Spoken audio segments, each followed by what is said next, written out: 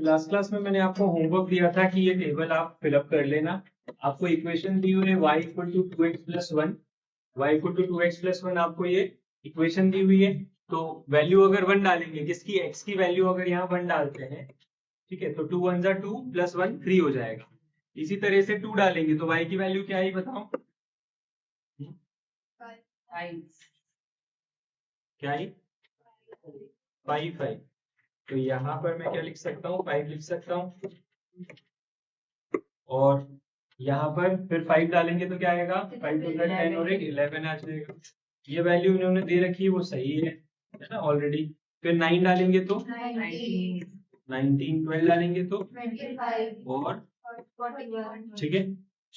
तो इस तरह से आपको ये टेबल फिलअप करनी थी। टेबल फिलअप करने का क्वेश्चन तो नहीं आता है, बस ये एक्टिविटी करने से आपको ये समझ में आ जाएगा कि अगर आपको लाइन की इक्वेशन दी हुई है तो आपने क्या कर लिए, 2 कोऑर्डिनेट निकाल लिए, 2 कोऑर्डिनेट निकाल लोगे लाइन बन जाएगी, 3 कोऑर्डिनेट निकाल लोगे लाइन बन जाएगी। ठीक है, समझ गए कि नहीं समझ गए? ठीक है। अब क्वेश्चन नंबर और क्या दिया था होमवर्क मैंने आपको, एग्जाम्पल 14। ठीक है, तो एग्जाम्पल 14 क्या है देख लेते हैं, क्या बोल रहा है एग्जाम्पल 14 ये भी देख लेते हैं। ये वाला ग्राफ बनाने का बोला था क्या मैंने, बना लिया ये वाला ग्राफ, बनाया बनाया, राइट। लाइन तो लिखी नहीं रही, कितनी है,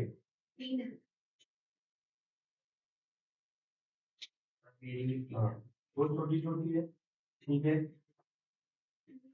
बढ़िया, गुड गुड।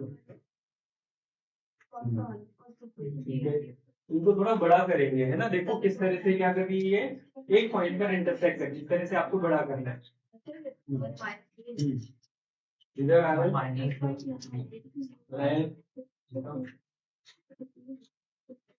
ठीक है, हाँ चल। तो इस तरह से आपको क्या करना था, ग्राफ बना के और इसको प्लॉट करना था। यहाँ पे इक्वेशन क्या क्या दी हुई थी आपको, y equal to 3x, y equal to 1/3x, और एक थी y इक्वल टू 2x। ठीक है ना, नहीं ये वाली इक्वेशंस थी, एक ये और एक ये, है ना, ये वाली नहीं थी। ठीक है, तो ये तीनों इक्वेशन से आपने क्या किया, ग्राफ बनाया। आज हम ये देखेंगे कि तीनों इक्वेशन में स्लोप ऑफ द ग्राफ कौन है, और यहाँ पर जो ये अलग से लिखा हुआ है यहाँ पर क्या नहीं है, y equal to ax plus B. तो जो प्लस बी वाला है यहाँ पर है ही नहीं, मतलब 0 है। तो बी क्या रोल प्ले करता है ये भी हम देखेंगे। ठीक है, फिर आपने कौन सा किया था क्वेश्चन नंबर, एग्जाम्पल यही वाला था क्या, यही वाला था।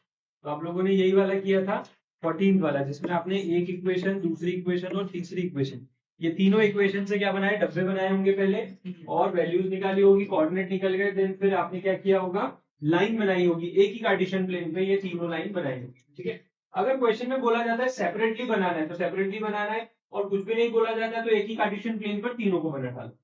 समझ गए कि नहीं समझ गए? ठीक है, तो हम आते हैं आगे। आगे मतलब कहां पर, देखते हैं।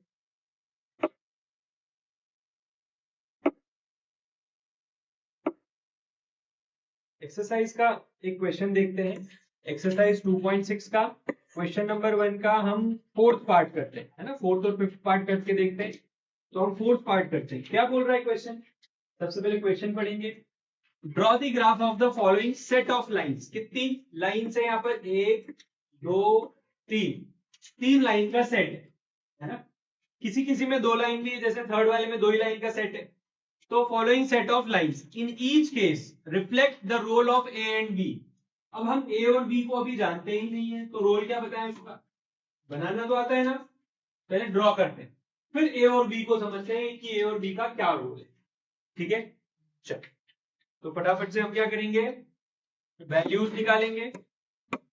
क्या आप कोऑर्डिनेट निकाल के बता सकते हो? क्वेश्चन 1 फोर्थ पार्ट, पहली equation y equal to 3x minus 1।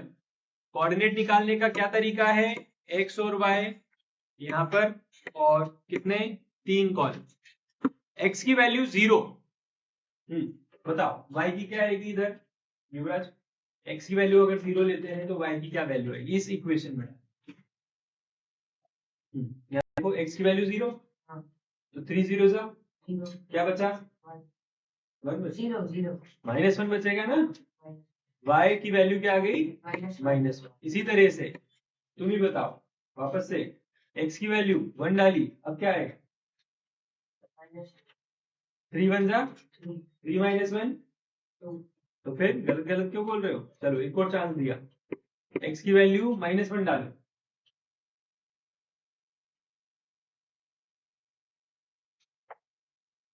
जो गलत होगा ना, इससे ज्यादा क्या होगा?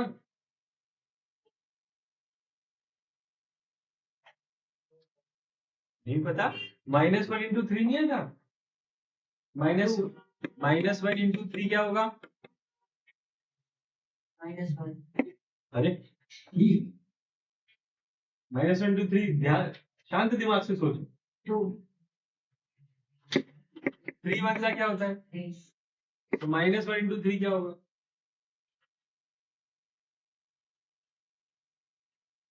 माइनस से क्यों डरते हो इतना? -3, ठीक है। 3 1 3, तो -1 इंटू 3 -3, ठीक है। और -1 और, तो -3 और -1 क्या बनाते हैं? -4, ठीक है। और 3 -1 होता तो 2 आ जाता, ठीक है। बट ये तो कितना आया? -1 डाला तो क्या आया? -4 आया। देखो जब तक ये चीज नहीं सीखोगे फिर काम कैसे चलेगा। और अगर ओरली करना नहीं आ रहा है ना, ठीक है, ऐसा नहीं है केवल युवराज को दिक्कत आ रही है, आप में से और भी लोग हो सकते हैं। डांस दिखा रहे हो, अभी पूछ लूंगा तो बता नहीं पाओगे कुछ। तो यहाँ पर अगर आपको दिक्कत आती है तो क्या तरीका है? देखो अपने पास एक तो ओरल तरीका है, जैसे मैं ओरली कर रहा था। अगर आप ओरली कर पा रहे हो तो वेल एंड गुड, आपका टाइम बच जाएगा, सब बच जाएगा, ठीक है। अगर आप ओरली नहीं कर पा रहे हो तो व्हाट यू कैन डू, आपको क्या करना है? x की वैल्यू 0 डालना है, या 0 डालो -1 लिखो। अब सॉल्व करना था, 3 0 0 -1, y की वैल्यू क्या आ गई? -1, ऐसे कर लो। फिर क्या डाला मैंने? x की वैल्यू क्या डाली, उसके बाद x की वैल्यू 1 डाली, तो यहाँ पर क्या लिख दोगे आप? 1 लिख दोगे, है ना। और 3 1 3 -1 कितना आ गया? 2 आ गया। इस तरह से कर लिया। फिर y इक्वल टू 3 इंटू -1 -1 -3 -1 -4 हो गया, ऐसे कर लो, ठीक है। तो मुझे क्या चाहिए? मुझे अब बाकी दो सेट की भी वैल्यू चाहिए, ठीक है। निकालो जल्दी से। डाउट है। तो यहाँ पर हमारे पास फर्स्ट इक्वेशन के कोऑर्डिनेट्स ये आए। कोऑर्डिनेट्स निकालने का ये वाला तरीका मैंने बता दिया। जो लोग ओरली नहीं निकाल पा रहे इस तरह से निकालेंगे, ठीक है। बाकी लोग निकाले कि नहीं निकाले? ये फर्स्ट इक्वेशन के कोऑर्डिनेट्स है। सेकंड इक्वेशन क्या दे रखी है? y equal to 3x। y equal to 3x की कोऑर्डिनेट क्या है? विधान बताओगे। 0 डाला तो 0 आ रहा है, 1 डाला तो 3 आ रहा है, और -1 डाला तो -3 आ रहा है। ये सेकंड इक्वेशन की कोऑर्डिनेट हो गए। Third equation y equal to 3x - 1, इसके कोऑर्डिनेट निकालेंगे। +1 है, हाँ। तीसरी इक्वेशन में +1 है, पहली इक्वेशन में -1 था।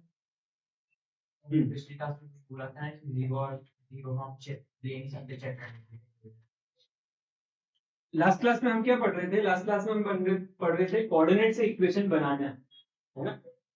तो तब हम 0,0 से इक्वेशन बनाने निकलेंगे तो सारी इक्वेशन सही रहेगी, ठीक है।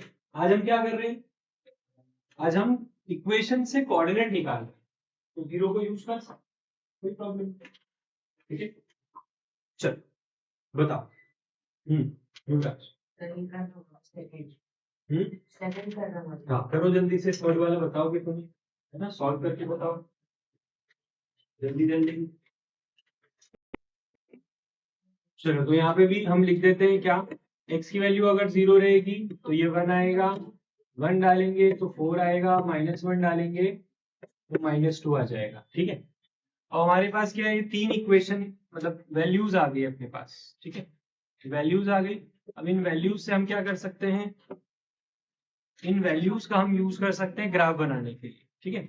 ग्राफ बनाते हैं हम इन वैल्यूज का यूज करते हैं।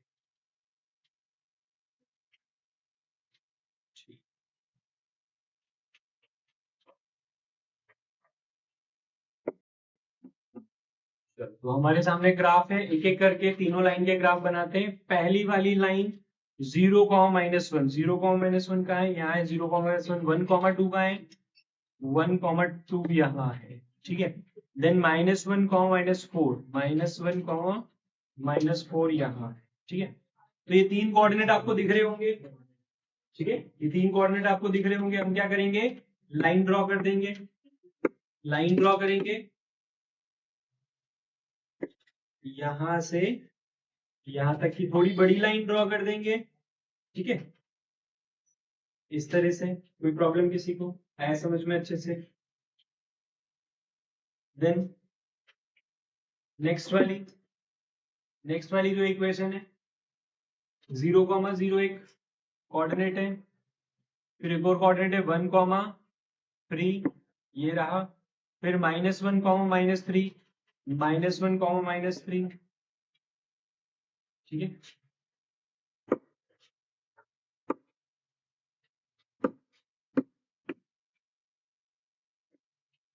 यहां से स्टार्ट करनी है ओरिजिन से होते हुए, ठीक है। इसको भी थोड़ी सी बड़ी बनाई मैंने, देखो पैरेलल आ रही है। चलो फिर लास्ट वाली 0, 1, 0, 1 यहाँ होता है 0, 1, 1, 4, 1, 4 यहाँ होगा, और -1, -2, -2 यहाँ होगा, ठीक है। यहाँ पे भी हम क्या करते हैं? लाइन ड्रॉ करते हैं,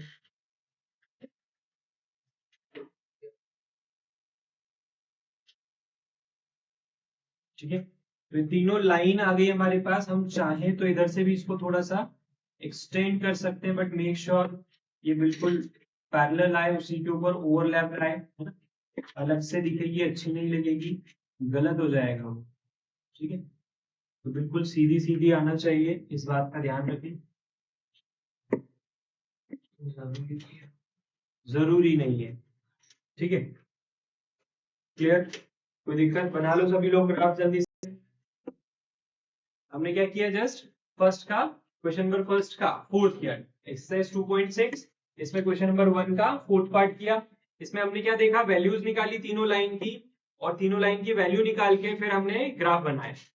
अभी ग्राफ बनाने के बाद आपको क्या करना चाहिए? यहाँ पर ये बात का ध्यान रखना चाहिए कि तीनों लाइन में लाइन की इक्वेशन जरूर लिखें। जैसे फर्स्ट इक्वेशन मुझे याद है वो इस लाइन की थी, तो मैं क्या करूंगा? इस लाइन पे क्या लिखूंगा? उसकी इक्वेशन लिखूंगा। फिर second y equal to 3x, y equal to 3x, है ना। बहुत लंबी लाइन है, आप कहीं भी लिख सकते हो। आपको लग रहा है कि नहीं यहां नहीं लिखना है, पौच पौच हो रहा है, तो यहां लिख दो y equal to 3x minus 1, यहां लिख दो y equal to 3x plus 1। इस तरह से लिखो जल्दी से।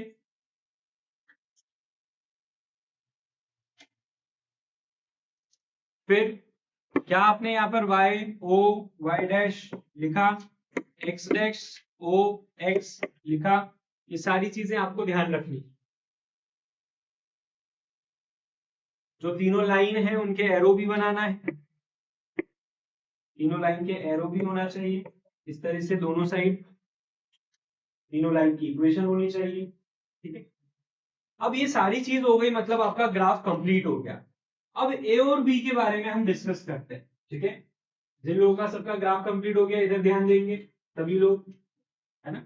सभी लोग इधर ध्यान देंगे। अभी ग्राफ कंप्लीट नहीं भी हुआ तो इधर ध्यान दो, फिफ्थ वाले पे नहीं जाना है, अभी इधर ध्यान देना है। ए और बी के बारे में सीखना है आपने, है ना। इसके बारे में सीखना है, ए और बी के बारे में सीखना है, इधर ध्यान, है ना। तो ए और बी के बारे में हमें कैसे समझ में आएगा वो देखते हैं। तो यहां पर मैं आपको यहां समझा देता हूं। नॉर्मल इक्वेशन क्या होती है? y equal to ax plus B. ये general form of linear equation होता है। Linear equation in two variable होता है। क्या होता है? y equal to ax plus B. इसमें कोई दिक्कत किसी को? ठीक है।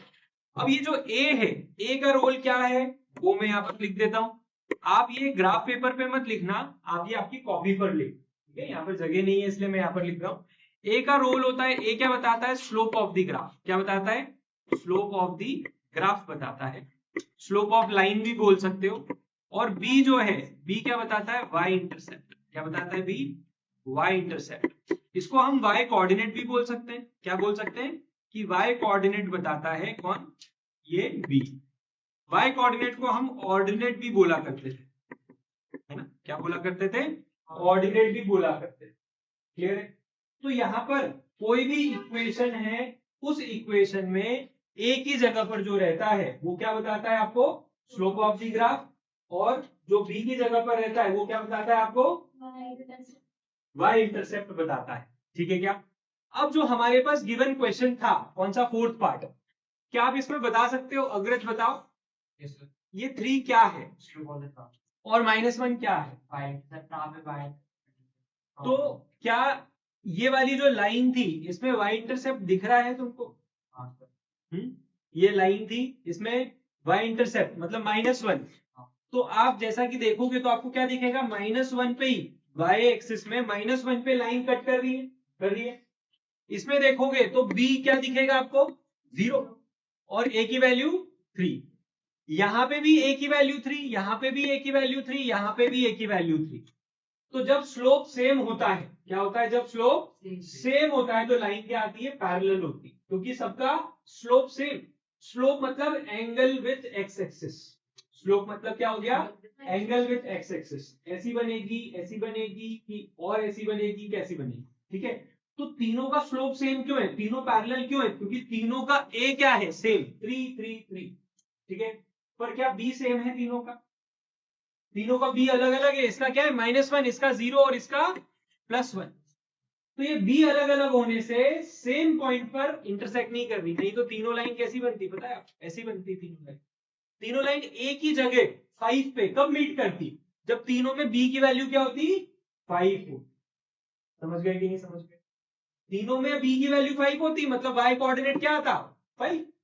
तो तीनों के तीनों लाइन -5 या 5। ठीक है, ये वाला नहीं, ठीक है, ये वाला कोऑर्डिनेट नहीं देखते, कौन सा देखते हैं, y एक्सिस का। तो y एक्सिस के 5 पे या y एक्सिस के -5 पे तीनों लाइन अगर आ रही है, इसका मतलब उसकी b की वैल्यू क्या रही होगी, सेम रही होगी, तो ऐसा होगा। समझ गए? यहाँ पे b की वैल्यू अलग अलग है, देखो -1 है तो ये -1 पे कट कर रही है, 0 है यहाँ 0 तो ये 0 पे कट कर रही है, और ये क्या +1 तो ये +1 पे कट कर रही है y एक्सिस। समझ गए कि नहीं समझ गए?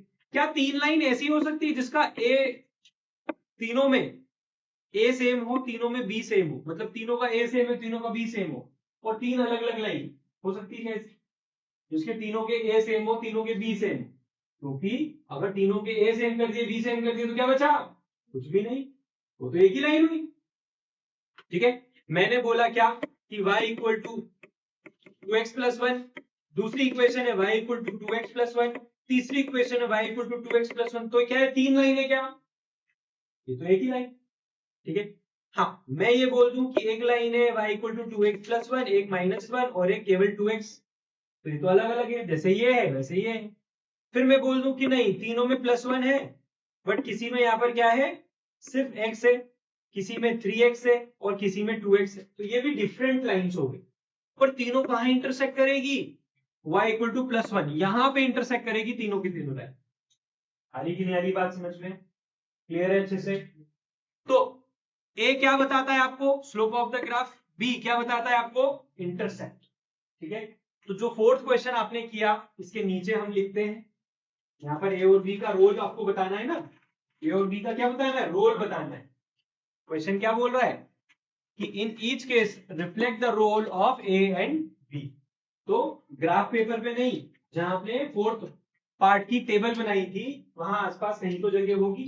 ठीक है, तो पैराग्राफ आएगा, है ना, छोटी मोटी लाइन में नहीं आएगा। ठीक है, नई जगह हो तो नेक्स्ट पेज पे लिख लेना। ठीक है, 2-4 लाइन में नहीं आएगा, तो यहाँ पर लिखते हैं अपन, क्या लिखेंगे, सभी लोग लिखेंगे, जिन्होंने अपने शब्दों में लिख लिया है वो भी लिखेंगे, ताकि आपको पता चले कि क्या केवल 2 लाइन पे नहीं लिखना होता रोल, रोल आपको डिटेल में लिखना होता है। ठीक है, चलो पढ़ के सुनाओ।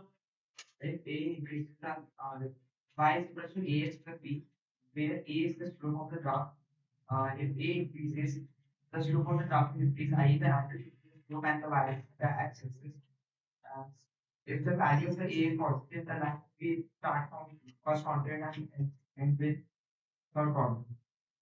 If the value of A is negative, the line will start from second quadrant and will end in fourth quadrant. Where y is equal to ax plus b, where B represents the y-intercept of the y-coordinate. It means at which point on y-axis the line will cut the y-axis. For example, 2x minus 1, the line will cut the y-axis at -1. And ये कौन से question के लिए लिखा है तुमने? तो मैंने जो आपने उस दिन समझाया था क्वेश्चन के लिए। देखो अपने को पर्टिकुलरली ये वाला पार्ट किया हमने, इस पार्ट के लिए लिखना है, ठीक है ना। तो हम ए और बी का रोल इस क्वेश्चन में इसी के लिए लिखना पड़ेगा, ठीक है ना। डिटेल में लिखना है पर इतना ज्यादा वो बुकिश लैंग्वेज में नहीं जाना है आपको, समझ गए।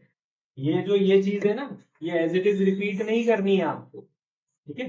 जो हमने अभी पढ़ा वो यही लिखा हुआ है। क्या लिखा हुआ है? थोड़ा बड़ा कर देते हैं तो आपको दिखेगा शायद।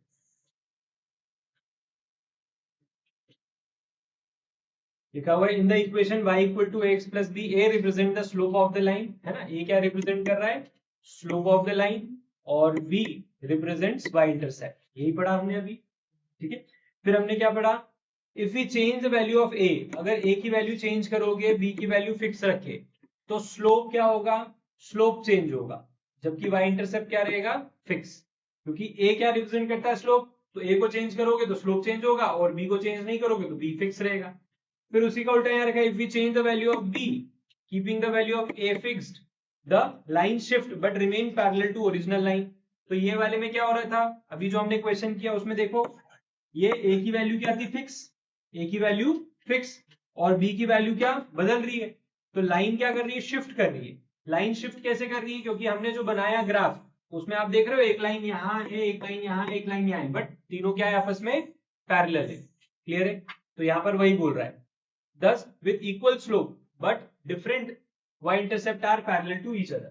तो ये तीनों जो पॉइंट है ये बहुत इंपॉर्टेंट है, इनको रिवाइज करोगे आप अच्छा रहेगा। और यहां पर भी आपको ए और बी के लिए जो लिखना है वो हर एक पार्ट के लिए स्पेसिफिक अलग अलग चीजें लिखनी। क्या लिखना है मैं एक में लिखवा देता हूं, बाकी में फिर आप आपके मन से अच्छे से लिखना, ठीक है। अच्छा, in the given three equations, in the given three equations,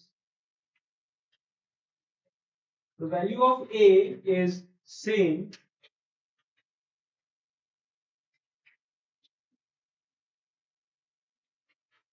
in the given three equations, the value of a is same equal to 3, which is equal to 3। देखिए a की वैल्यू तीनों में 3 है, जैसा कि आपको दिख रहा है ना। a की वैल्यू तीनों में क्या है? 3 है, which is equal to 3। Therefore, slope of the graph is equal। Therefore, slope of the graph is, slope of the graph, slope of the line, जो भी टर्मिनोलॉजी यूज करना है कर सकते हो, ठीक है। देखो slope of the graph is equal, ठीक है।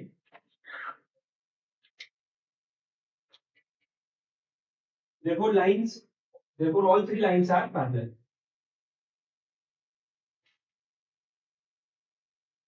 या hence all three lines are parallel. ये तो ए की बात कर दी हमने, अब बी की बात करते हैं पैराग्राफ चेंज करके।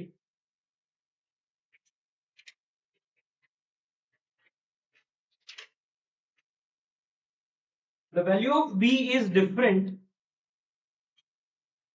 स्मॉल बी है ना, स्मॉल है स्मॉल बी लिखना है, आपको ध्यान रखना है। और ए और बी जब भी लिखते हैं तो क्या लगाना है उसमें? सिंगल इन्वर्टेड कॉमा, है ना, सिंगल कॉमा, इस तरह से इन्वर्टेड कॉमा, समझ गए।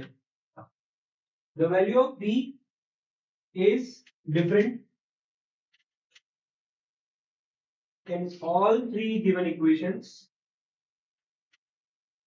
in the given equations,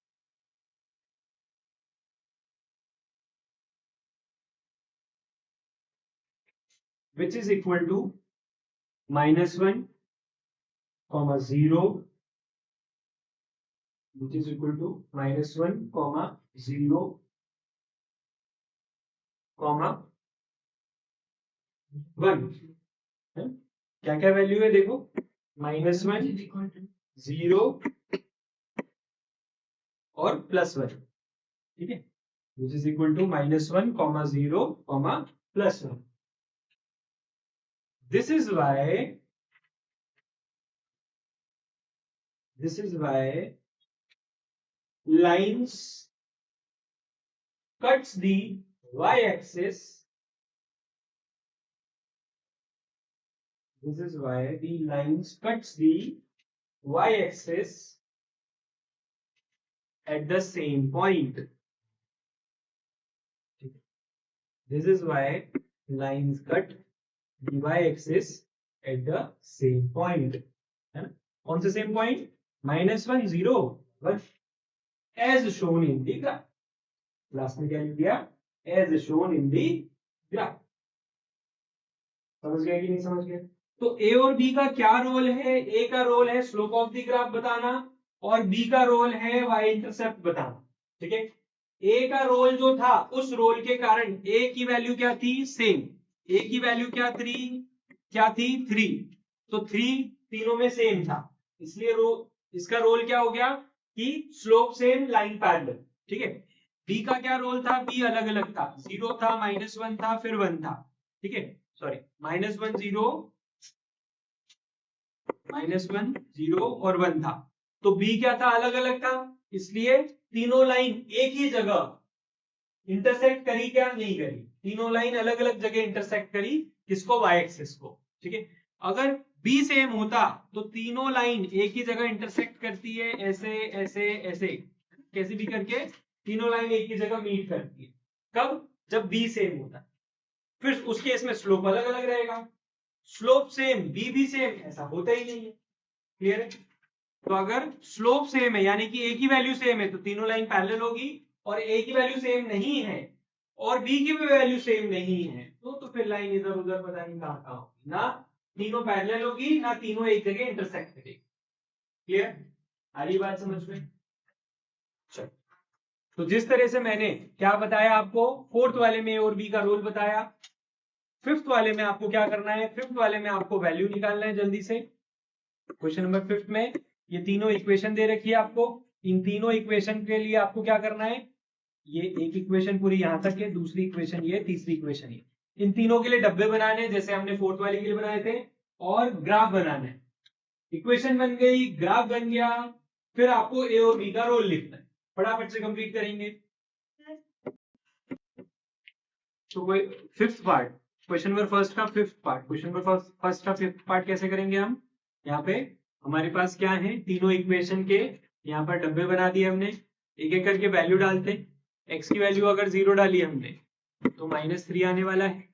1 डाली यहाँ पर वैल्यू तो -5 आ जाएगा. -1 डालेंगे तो इट विल बिकम +2 तो -1 आएगा.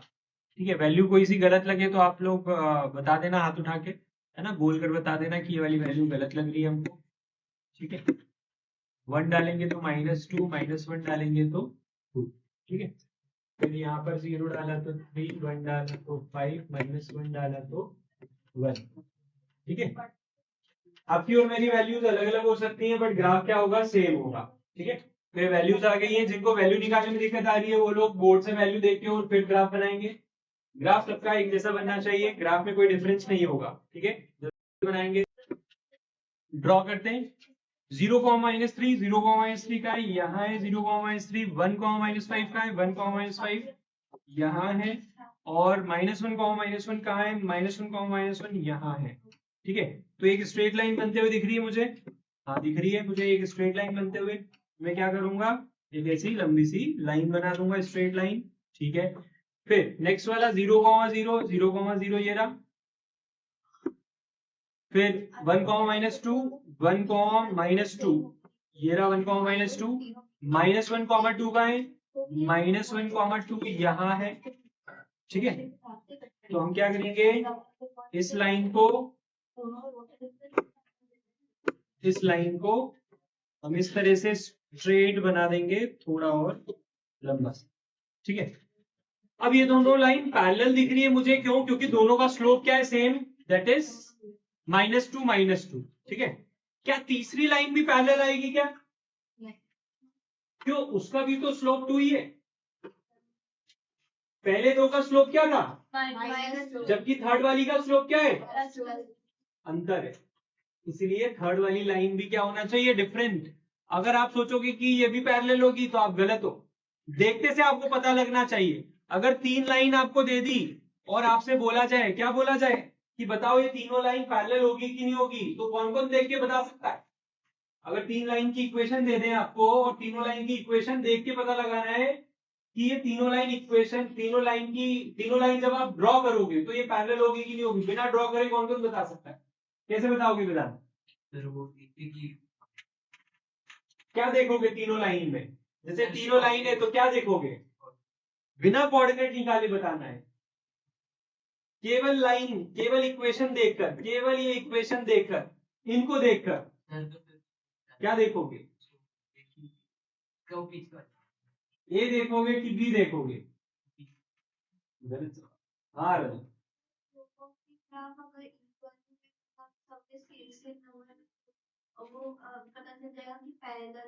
Very good.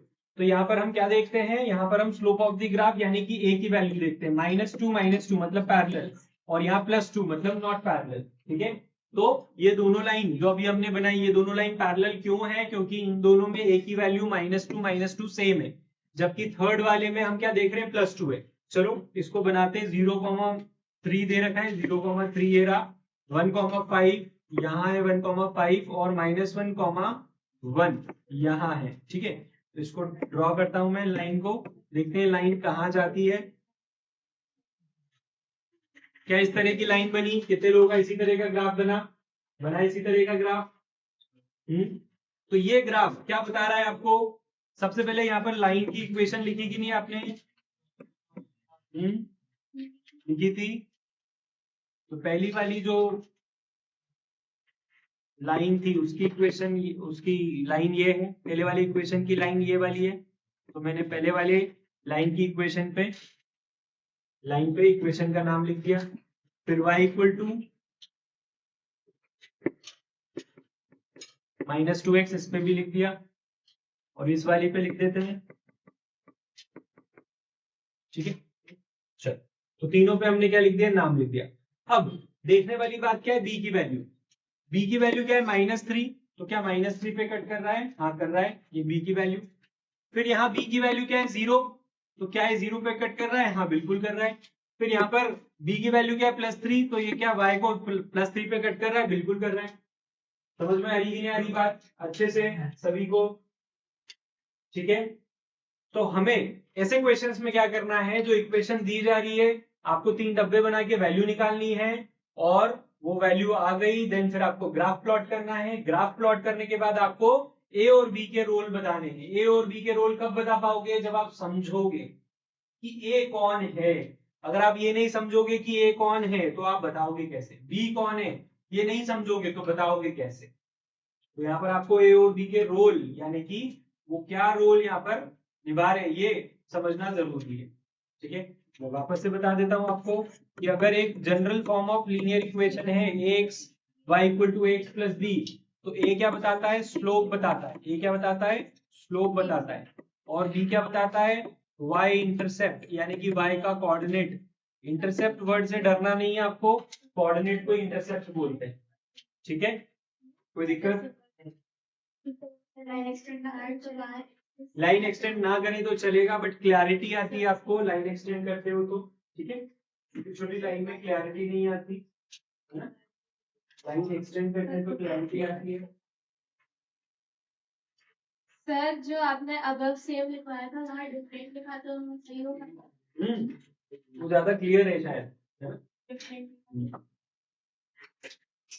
देखो अगर ये वाली लाइन में यहीं तक बना था, ठीक है, एक कोऑर्डिनेट कहाँ था, ये था, एक कोऑर्डिनेट ये था, एक कोऑर्डिनेट ये था।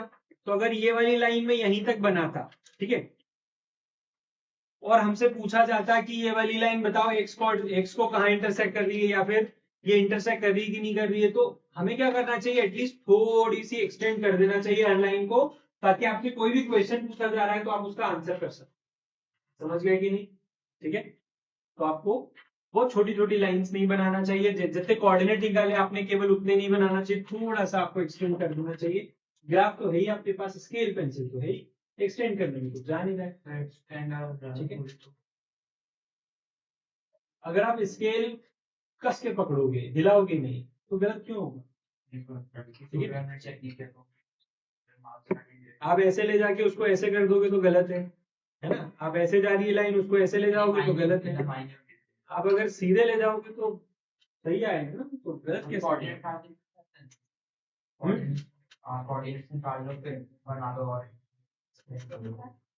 क्या जरूरत है? और कोऑर्डिनेट्स निकालने की जरूरत ही नहीं है, बिल्कुल जरूरत नहीं है। ठीक है, चलो बढ़े आगे। यहाँ तक क्लियर सभी को? होमवर्क आपका हमने 2 कर लिए, है ना? बाकी क्या आप करोगे? ये तीनों आपका होमवर्क, ये तीनों होमवर्क में डाल लो। ये होमवर्क, ठीक है। अब हम पीछे आते हैं थोड़ा सा।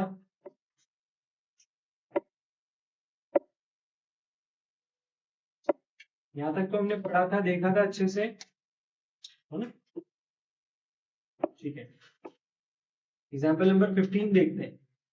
बोला है now let us draw the graph 1 2 3। ठीक है, ये 3 ग्राफ आपको दिए हुए हैं। क्या बोल रहा है कि ये तीनों ग्राफ अपन बनाते हैं। तो ये तीनों ग्राफ, ये वाला दिख रहा है सभी को, और ये वाला, ये 3 इक्वेशन आपको दी हुई है। क्या बोला है कि ये 3 इक्वेशन है और इसका ग्राफ बनाओ। तो ग्राफ बनाने के बाद क्या दिखेगा अपने को कि इस तरह से आ रही है तीनों लाइन। ठीक है, अब ये तीनों लाइन इस तरह से क्यों आ रही है? अभी तक जो लाइन थी, इसके पहले वाला जो देखा था आपने अपने एग्जाम्पल नंबर 14 जो आप घर से बना के लाए थे, उसमें आपको क्या दिखा? उसमें आपको ये दिखा कि ये तीनों लाइन फर्स्ट और थर्ड क्वाड्रेंट में लाई कर रही है। कहां लाई कर रही है तीनों लाइन? फर्स्ट और थर्ड क्वाड्रेंट। ऐसा क्या अलग है इन तीनों लाइन में जो ये सेकंड और फोर्थ क्वाड्रेंट में जा रही है तीनों लाइन? ऐसा क्या अलग है इन तीनों लाइन में कि तीनों लाइन सेकंड और फोर्थ क्वाड्रेंट में जा रही है, फर्स्ट और सेकंड की बजाय? क्या अलग है, आप बता सकते हो? इन 3 में और इन 3 में आपके सामने तीनों लाइन क्या अलग है? सर एक ही वैल्यू नेगेटिव। वेरी गुड, एक ही value. Slope of the graph क्या हो गया? पॉजिटिव से नेगेटिव हो गया। ठीक है, अगर आप देखोगे तो यहां पर एक ही वैल्यू क्या है? पॉजिटिव। एक ही वैल्यू पॉजिटिव, यानी कि स्लोप क्या है? स्लोप ग्रेटर देन 0 है। स्लोप ग्रेटर देन 0 होता है तो जो लाइन बनती है वो कहां बनती है? फर्स्ट और थर्ड क्वाड्रेंट में। और स्लोप अगर क्या होता है? स्लोप क्या होता है? नेगेटिव, यानी कि स्लोप लेस देन 0 होता है तो लाइन जो बनती है वो क्या बनती है? सेकंड और फोर्थ क्वाड्रेंट में। ठीक है, आधी बात समझ में? तो यहां पर ये कॉन्सेप्ट आपको पता होना चाहिए। बिना लाइन बनाए आपको समझ में आ जाएगा कि कौन सी लाइन कहां बन रही है, कैसे बन रही है। ठीक है, तो यहां पर हमने क्या देखा? यहां पर हमने देखा अगर एक ही वैल्यू पॉजिटिव, एक ही value positive, therefore slope greater than 0, तो लाइन कहां बनेगी? यहां बनेगी। और if slope negative, that is, क्या लिख सकते हो आप? That is slope less than 0, या एक ही वैल्यू लेस देन 0, तो लाइन कहां बनेगी? सेकंड और फोर्थ क्वाड्रेंट। ठीक है, इस कॉन्सेप्ट को कहीं पर लिख लो, इस कॉन्सेप्ट को कहीं पर लिख लो। ठीक है, अब क्वेश्चन नंबर 15 में 3 लाइन दे रखी है। इन 3 लाइन को अलग अलग ग्राफ पे बनाने के बजाय हम एक ही पे बनाएंगे। ठीक है ना, एक ही पे बनाएंगे। अब यहां पर क्या देखना है आपको? तो हम इसको और उसको कंपेयर करेंगे। ठीक है, पहले कॉन्सेप्ट लिख लो, फिर हम दोनों को कंपेयर करते हैं। ये वाले ग्राफ में देखोगे तो एक ही वैल्यू आपको क्या क्या दिख रही है? एक ही वैल्यू 2 है, फिर एक ही वैल्यू क्या है? 1 है, और एक ही वैल्यू क्या है? हाफ है। ठीक है, एक ही वैल्यू 2 है, 1 है, और क्या है? हाफ। देखा ध्यान से? 2 1 और हाफ। अब हम अगर ये वाला ग्राफ लगाते हैं तो इसमें वैल्यू क्या है बताओ? -3, -1, ठीक है। अब आप वापस से वहां चलो, यहां पर आपको क्या दिख रही है? वैल्यू 2 1 और हाफ। ठीक है, जो 2 है जिसका स्लोप क्या है? 2, वो सबसे क्या है, मैक्सिमम दिख रहा है कि नहीं दिख रहा है।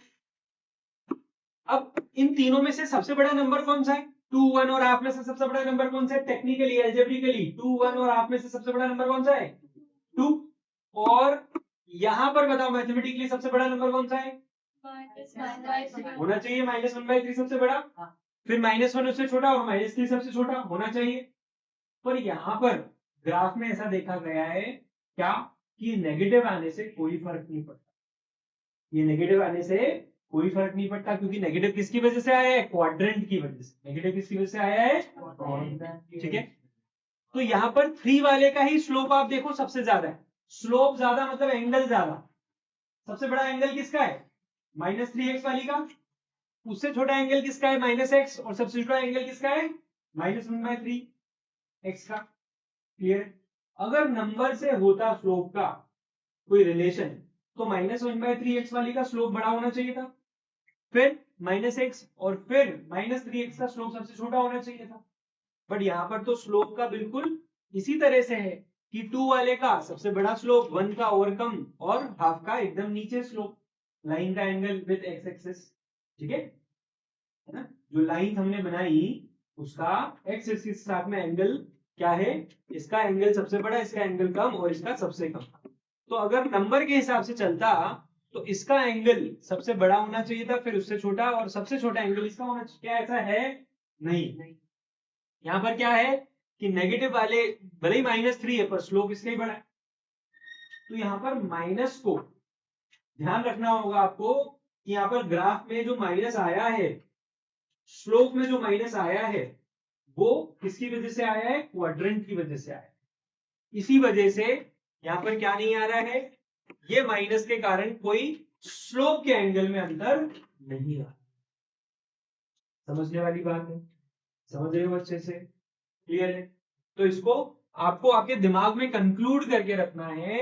ऐसा नहीं सोचना है कि स्लोप जितना छोटा, स्लोप की वैल्यू जितनी छोटी, कल को आपको क्या कर देंगे, कल को आपको ऐसे दे देंगे कि slope of the lines, slope of the lines are 1 -1 2 -2 3 अब आपको एक कार्टेशियन प्लेन बनाना है और बताना है कि ये लाइन जो रहेंगी ये कैसी रहेंगी, ठीक है।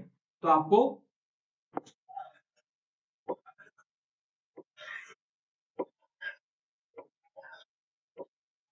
ऐसा बना के दे देंगे, बोलेंगे कि क्या है, A B C D E F. अब आप बताओ ए का स्लोप क्या होगा, 6 स्लोप लिखे, ए का स्लोप बताओ क्या होगा, 3 वेरी गुड। बी का 2 और सी का, 5 एफ का, -3 इसका, -2 ठीक है। आया समझ में कि नहीं आया, आया। तो यहां पर हम ऐसा ना कर दें क्या कि नंबर की होड़ लगी है तो यहां पर -3 को रख दें, क्यों, क्योंकि सबसे छोटा है तो हमारी नंबर लाइन के हिसाब से छोटा है बट ग्राफ के हिसाब से नहीं। ये जो क्वाड्रेंट है इसमें नेगेटिव है, इसलिए ऐसा है।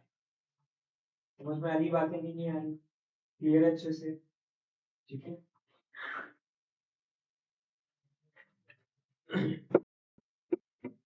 Differentiate between the graph of the equation, और यहां पर इक्वेशन क्या दी हुई है, ये वाली और ये वाली।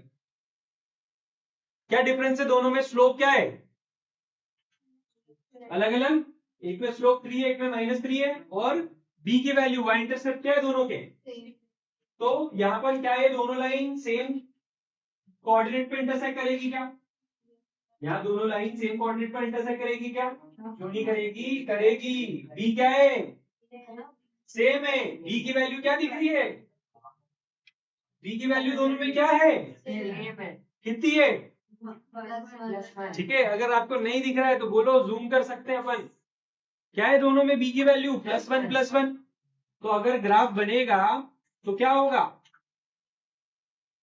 है ना, अगर ग्राफ बनेगा, मान लो ऐसा ग्राफ, ये नहीं है इसका ग्राफ, पर अगर मान लो बना तो इस तरह से लाइन क्या करेगी, इंटरसेक्ट करेगी सेम पॉइंट। क्लियर है, आई ऑलरेडी यहां पर बता चुका हूं मैं ऑलरेडी क्या, कि ये ग्राफ इस इक्वेशन का नहीं है। क्यों नहीं सुनते हो? तुमको हमेशा मैं जो बोल रहा हूँ उसके नेगेटिव में जाना रहता है, गलतियां ढूंढनी रहती है तुमको। ये भी तो सुन लो कि ये इसका ग्राफ नहीं है। ऑलरेडी मैं मेंशन कर चुका हूं कि ये ग्राफ इसका नहीं है, बता चुका हूं मैं कि ये ग्राफ इसका नहीं है। हम एक एग्जाम्पल ले लें, मुझे भी दिख रहा है ये +1 है, ये +1 है, तो ऑब्वियसली बात है +1 पे इंटरसेक्ट करेगा, ठीक है ना। और ये थिंक एंड रिफ्लेक्ट है, ये एग्जाम्पल नंबर 16 है, खत्म हो चुका है, वो दिख रहा है मुझे, ठीक है। तुम्ही ने बोला ना अलग अलग है, अलग अलग जगह जाएगा, तो बना के बताना पड़ रहा है कि देखो इस तरह से सेम जगह जाएगा। चलो, तो यहां पर आपके पास दो लाइंस हैं और इन दोनों लाइन में आपको क्या पूछ रहा है? डिफरेंशिएट। तो डिफरेंशिएट में हमने डिफरेंस क्या बताया कि स्लोप डिफरेंट है। सिमिलैरिटी क्या है? दोनों सेम पॉइंट पर इंटरसेक्ट है, दोनों का बी क्या है, वाई इंटरसेक्ट क्या है, सेम। क्लियर? अब आ जाए एग्जाम्पल नंबर 16 पे। एग्जाम्पल नंबर 16 में 3 लाइन से, 1 लाइन, 2 लाइन, 3 लाइन। चल, तो शिवालिका बताएगी क्या कि ये तीनों लाइन पैरेलल होने वाली है। तीनों लाइन सेम पॉइंट पर इंटरसेक्ट करेगी क्या? पैरेलल भी सेम लाइन पर नहीं, इंटरसेक्ट सेम लाइन करेगी। पे इंटरसेक्ट नहीं करेगी, पैरेलल। क्यों? क्योंकि उसके इस slope of the graph same है और वाई इंटरसेक्ट अलग अलग है। वेरी गुड, ठीक है। तो जब भी आपसे क्वेश्चन पूछा जा रहा है, चाहे मैं पूछूं चाहे एग्जाम में, आपको नर्वस नहीं होना, कंफ्यूज नहीं होना, जो पढ़ा है उस पे आपको कॉन्फिडेंस होना चाहिए, ठीक है। आपको स्लोप ऑफ द ग्राफ समझ में आया, आपको इंटरसेप्ट समझ में आया, बस फिर क्या टेंशन, ठीक है ना, नहीं है ना टेंशन। तो यहाँ पर आपके पास ए की वैल्यू क्या है, तीनों में सेम, कितनी, 2 2 2, और ये -1 पे कट करेगा वाई को, ये +1 पे कट करेगा वाई को, और ये +5 पे कट करेगा वाई, ठीक है। तो यहाँ पर अगर हम देखें कि क्या ऐसा है, बिल्कुल है। देखो ये कहाँ कट कर रहा है, y को -1 पे कट कर रहा है, ये y को +1 पे कट कर रहा है, और ये 5 पे कट कर रहा है, दिख रहा है। तीनों लाइन अलग अलग जगह कट कर दी। Any problem? समझ में आया अच्छे से? ठीक है। यहाँ पर बोला does this help you to conclude anything about linear equation. Think and reflect पढ़ रहा हूं मैं, थिंक एंड रिफ्लेक्ट पढ़ रहा हूं। थिंक एंड रिफ्लेक्ट को देखो, does this help you to conclude anything about linear equation y = x + b व्हेन a is fixed but b varies।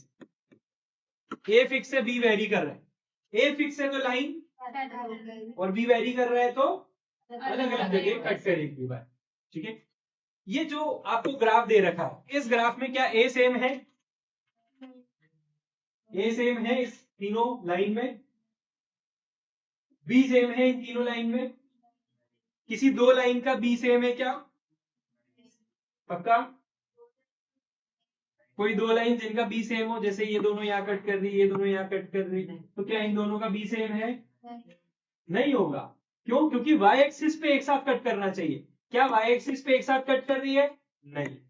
इसलिए तो इससे आपको कंफ्यूज नहीं होना है कि यार ये दोनों सेम जगह कट कर दी, y पे कर दी है क्या? नहीं कर दी। तो इसका इंटरसेप्ट क्या है? 5। इसका इंटरसेप्ट क्या है? 3। इसका इंटरसेप्ट क्या है? -2। अगर हमसे कोई पूछता, बोलता क्या कि इस लाइन की इक्वेशन बताओ, तो इस लाइन की इक्वेशन हम इसके कोऑर्डिनेट देखकर बता सकते हैं। सारी बात समझ में? अगर ये लाइन बनी हुई दे दे कोई और बोल दे कि लाइन की इक्वेशन बता दो लिख के, तो हमें क्या कोऑर्डिनेट से लाइन की इक्वेशन पता लगाना आनी चाहिए। कोऑर्डिनेट से कैसे पता लगाते हैं, लास्ट क्लास में पढ़ चुके, ठीक है। अगर आपके पास कोऑर्डिनेट हो तो लाइन की इक्वेशन कैसे निकालनी है वो ऑलरेडी हम पढ़ चुके हैं, बता सकते हैं। और ये वाली जो चीज है ये अपने को बी में हेल्प कर देगी। यहां से हिंट मिल जाएगी आपको, बी क्या है -2, बी क्या है 3, बी क्या है +5, ठीक है। आपको केवल ए का पता लगाना है, तो कोऑर्डिनेट से इजीली पता लग जाएगा। क्लियर? कोई दिक्कत इसमें किसी को? ठीक है। जैसे आपको ये 3 इक्वेशन दे दी, क्या दे दी? ये 3 इक्वेशन दे दी, और बोला जाए कि ये y एक्सिस को कहां कट करेगी, तो 5 देख के क्या बोल दोगे? 0,5 पे। 3 देख के 0,3, -2 देख के क्या ग्राफ बनाने की जरूरत है क्या आपको? केवल अगर आपसे ये पूछा कि y एक्सिस पे कहां कट करेगी ये लाइन, तो क्या ग्राफ बनाने की जरूरत है? क्या कोऑर्डिनेट निकालने बैठोगे क्या? केवल और केवल क्या देखकर, बी देखकर आप y इंटरसेप्ट बता सकते और y कोऑर्डिनेट आप बता सकते। ठीक है, चलो एंड ऑफ चैप्टर एक्सरसाइज पे आते हैं। पहला क्वेश्चन हो जाएगा, कोई दिक्कत इसमें? पहले क्वेश्चन में पढ़ा, घर पे करना है, अभी थोड़ी करना। दूसरा क्वेश्चन हो जाएगा, पहले क्वेश्चन में कोई डाउट, डिग्री आती है आपको, डिग्री क्या होती है, कोएफिशिएंट पता है क्या होता है, डिग्री या कोएफिशिएंट में से किसी को डाउट हो तो पूछ सकते हो। नहीं है, डिग्री पता है, डिग्री ऑफ द पॉलीनोमियल क्या होता है, कोएफिशिएंट क्या होता है, पहला वाला है ना। फिर सेकंड वाला, find the value of the following polynomial at indicated value of the variable. मतलब इफ x इक्वल टू -1 तो सॉरी x इक्वल टू 1 तो x की वैल्यू 1 कहां डालनी है, जहां जहां x है, और वैल्यू ऑफ द पॉलीनोमियल आ जाएगा, t की वैल्यू a डालनी है और आ जाएगा। ठीक है, इसी तरह से थर्ड क्वेश्चन रीड करेंगे और बताएंगे। जिनके पास बुक नहीं है बोर्ड पर आप रीड कर सकते हो, जिनके पास बुक है बुक में से रीड करो।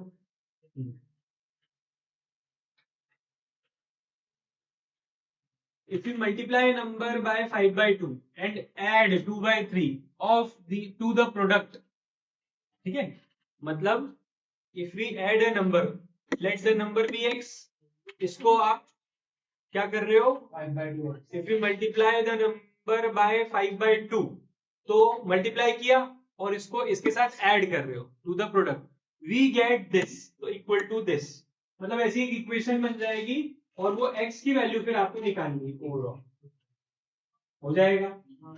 लीनियर इक्वेशन बना के और सॉल्व करना आता है, वन वेरिएबल में ही। फोर्थ वाला क्या बोल रहा है, fourth question, if a positive number is 5 times another number, if 21 is added to both the numbers, then one of the new number becomes twice the other new number. What are the numbers? Can I try?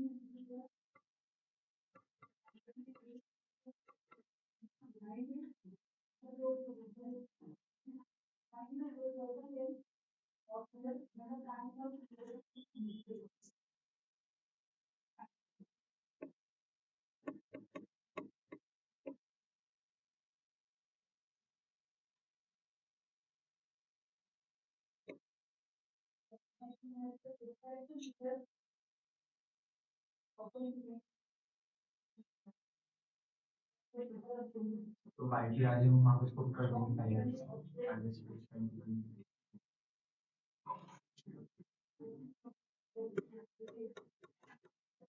तो यहाँ पर हमें क्या बोला था, जो जो बोला था हमने उसको तोड़ दिया, क्या, a positive number 5 times of the another number, इससे आ गई अपने पास इक्वेशन नंबर 1, है ना। इससे हमने क्या बनाई, ये वाली इक्वेशन बनाई।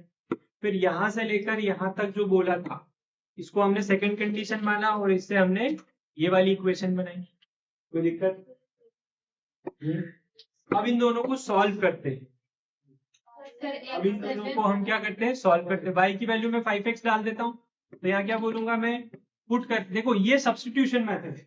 हमने इसके पहले एलिमिनेशन मेथड लगाई थी, एलिमिनेशन मेथड 2-3 क्वेश्चन में लगाई थी आपको एग्जांपल्स में, और बताया था, सिखाया था, है ना, एक्सरसाइज या एग्जांपल्स वाले क्वेश्चन में। यहाँ पे मैं सब्स्टिट्यूशन मेथड क्यों लगा रहा हूँ, क्योंकि यहाँ पर क्या है, सब्स्टिट्यूशन मेथड लगाना ज्यादा इजी है। तो put the value of y in equation 2 में मैं y की वैल्यू डालू, y की वैल्यू कितनी, 5x डाल रहा हूं।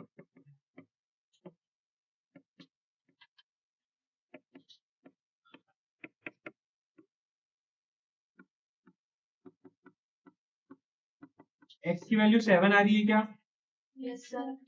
और x की वैल्यू 7 आ गई, तो put in equation first, put the value of x in equation 1। y की वैल्यू क्या आ जाएगी 5 इंटू 7, 35। तो एक नंबर हो गया 7, दूसरा नंबर हो गया 35। क्या आ रहा है आप लोगों का आंसर, यही आ रहा है, क्लियर है। तो इन क्वेश्चंस में मेन क्या चीज है, इन क्वेश्चंस में मेन चीज ये है कि क्वेश्चन पढ़ के इक्वेशन बनाना, और इक्वेशन सही बन जाए तो उसको सॉल्व करके आंसर लाना। अगर इक्वेशन सही नहीं बनी तो ऑब्वियस बात है आंसर सही नहीं आएगा। तो क्वेश्चन को मिसरीड नहीं करना है, मिसअंडरस्टैंड किया क्वेश्चन को तो गए। कोई सी इक्वेशन में डाउट हो तो बताओ, फर्स्ट या सेकंड इक्वेशन में। सेकंड में देखो, सेकंड इक्वेशन बोल रही if 21 is added to both the numbers. Number क्या थे x और y, तो x में भी देखो मैंने 21 ऐड कर दिया, x में भी मैंने 21 ऐड कर दिया और y में भी मैंने 21 ऐड कर दिया। क्या बोला है, then one of the new number becomes twice the other number. ठीक है, अब यहां पर कौन बड़ा है, x बड़ा है कि y बड़ा है, फर्स्ट इक्वेशन के हिसाब से y बड़ा है, क्योंकि सोचो y अकेला है और 5 टाइम्स ऑफ x है, समझ रही हो बात, तो y बड़ा है, तो ऑब्वियस सी बात है यहाँ पे भी कौन बड़ा होगा, y बड़ा होगा। तो y में 21 ऐड करेंगे, x में 21 ऐड करेंगे, तो बड़ा कौन निकलेगा, y प्लस 21 बड़ा होगा। तो ट्वाइस किसका करोगे, जो छोटा है उसका। ठीक है, यहाँ पे हमने 5 का मल्टीप्लाई क्यों किया x के पास, क्योंकि यहाँ पर बोला है अ positive number is 5 times the another number. ठीक है, आपने मन में पहले सोच लेना है किसको बड़ा बताना है किसको छोटा बताना। तो मैंने स्टार्टिंग में ही सोच लिया था कि मैं y को बड़ा बताऊंगा x को छोटा बताऊंगा। अगर आप स्टार्टिंग में सोच लोगे कि आप x को बड़ा बताओगे y को छोटा बताओगे तो वैसे इक्वेशन बनेगी। मैंने स्टार्टिंग में सोच लिया था कि मैं y को क्या y बड़ा बताने वाला, तो मैंने क्या लिखा y इक्वल टू 5x, कि y बड़ा और x छोटा, तो जो छोटा होता है उसमें 5 का मल्टीप्लाई कर दिया, तो क्या बन गई इक्वेशन, इक्वेशन मतलब बराबर। अब ये बराबर हो गए। इसी तरह से अब अपने को क्या बोला कि दोनों में 21 ऐड करो, दोनों में अगर 21 ऐड कर देते, यहां पर 2 मल्टीप्लाई नहीं करते, तो क्या ये इक्वेशन मतलब बराबर होता, नहीं होता, ये क्या होता, बड़ा होता, क्योंकि y बड़ा है। तो अगर इक्वेशन बनानी है तो हमें क्या करना होगा, इन्होंने जो बोला है ना क्या, कि new number becomes twice the other number, तो ये जो ट्वाइस है ये किसमें लगाओगे, जो छोटा है, क्योंकि आपको छोटे को क्या करना है, बराबर करना है, बड़ा नहीं करना है, जो बड़ा वाला है उसके बराबर करना है। बराबर करोगे तभी तो बराबर यानी कि इक्वल टू का साइन लगा पाओगे। इक्वल टू का साइन कब लगाते, जब बराबर होता है, इक्वल टू होता है, तो इक्वल पहले करना पड़ेगा। और इक्वल करने के लिए हमें जो कंडीशन दे रखी है, यहाँ 5 यहाँ 2 लगाना पड़ेगा। ठीक है, और फिर हमने क्या किया, ये y की वैल्यू जो 5x थी वो यहाँ डाल दी, 5x यहाँ आ गया, सॉल्व कर दिया, तो x की वैल्यू y की वैल्यू। क्लियर है, कोई दिक्कत किसी को। सर ऐसा कर सकते क्या कि y की जगह एक नंबर 5x ले, y की जगह एक नंबर, हाँ ऐसे कर लो कि एक x ले लिया, एक 5x ले लिया। जो आपको गिवन कंडीशन है क्या, a positive number is 5 times another number, तो let the number be x and the another number will be 5x। One variable में कर लो, ठीक है ना, वन वेरिएबल में भी कर सकते, कोई प्रॉब्लम नहीं। ठीक है, चलो पांचवा देखो कर पाओगे।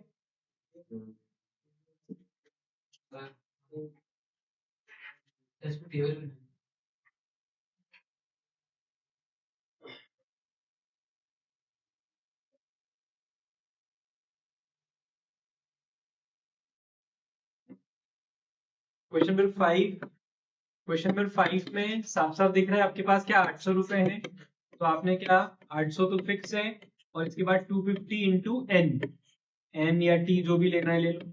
एन की वैल्यू 6 डाल देना तो पहला पार्ट आ जाएगा, और दूसरे पार्ट के लिए क्या डालोगे 24।